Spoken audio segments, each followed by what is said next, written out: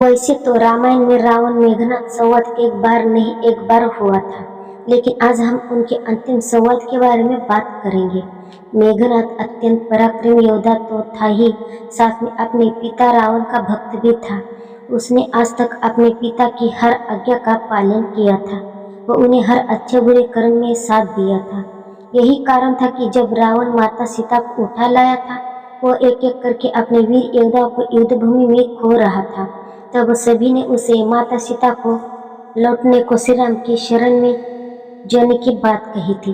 रावण को उसकी पत्नी, भाइयों, मंत्रियों, नाना इत्यादि कई लोगों ने समझाने का प्रयत्न किया था कि माता सीता का अपहरण अनुचित है। प्रभु श्री राम स्वयं नारायण का रूप है। नारायण से युद्ध करना स्वयं के विनाश को निमंत्रण देना है। किंतु रावण के सबसे बड़े पुत्र मेघनाद ने हमेशा रावण का साथ दिया।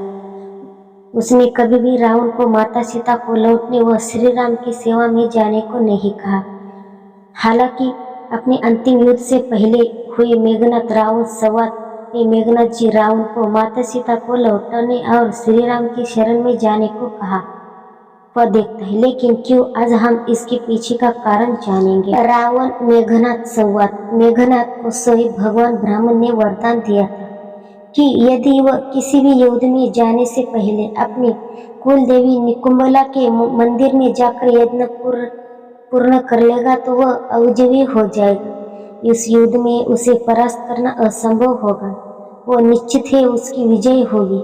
साथ ही भगवान ब्रह्मा ने मेघनाद को यह भी बताया था कि जो कोई भी उसके यज्ञ को समाप्त होने से पहले विध्वंस करने में सफल होगा, उसी के हाथों उसकी मृत्यु होगी।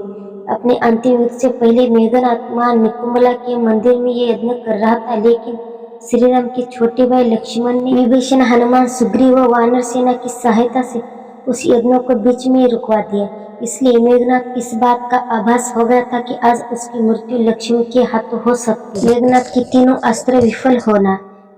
निकुंभला यज्ञ के विफल होने के पश्चात भी मेघनाद युद्ध भूमि में गया। वो लक्ष्मण साथ युद्ध करने लगा। उसे स्वयं पर पूर्ण विश्वास था, क्योंकि उसके पास त्रिदेव के सबसे बड़े अस्त्र ब्रह्मास्त्र, पशुपति व नारायण अस्त्र थे। इनके द्वारा वह किसी पर भी विजय प्राप्त कर सकता था। मेघनाद की तीनों अस्त्र विफल होना। निकुंभला यज्ञ के विफल होने के पश्चात भी मेघनाद युद्ध भूमि में गया। वो लक्ष्मण के साथ युद्ध करने लगा। उसे स्वयं पर संपूर्ण विश्वास था, क्योंकि उसके पास त्रिदेव के सबसे बड़े शस्त्र थे, ब्राह्मण, पशुपति व नारायण अस्त्र थे। इनके द्वारा वह किसी पर भी विजय प्राप्त कर सकता। उसने एक एक करके लक्ष्मण पर तीनों अस्त्र छोड़े, लेकिन तीनों अस्त्र ही लक्ष्मण के पास जाकर बिना अपना प्रभाव दिखाए वापस लौट आए। ये देखकर मेघनाद को ज्ञात हो गया कि लक्ष्मण उसके बड़े भाई श्री राम का साधारण मनुष्य हुई है नहीं सकते। साथ ही जिसके सामने ब्राह्मण के तीनों अस्त्र निष्प्रभावी हो जाए, वो नारायण के रूप में हो सकते। मेघनाद रावण संवाद। ये ज्ञात होती ही मेघनाद अंतर्धारण होकर रावण के महल में पहुंचा। वह उसे समझाने का प्रयत्न किया। उसने अपने पिता रावण के सक्षम सभी बातों का उल्लेख किया। वो श्री राम के नारायण रूप होने की बात स्वीकार की। उसने पहली बार अपने पिता को माता सीता को लौटा देने व श्री राम की शरण में जाने, ताकि आगे होने वाले विनाश को टाल जा सके। उसने ज्यादा शक्तिशाली इस ब्रह्मांड में कोई नहीं।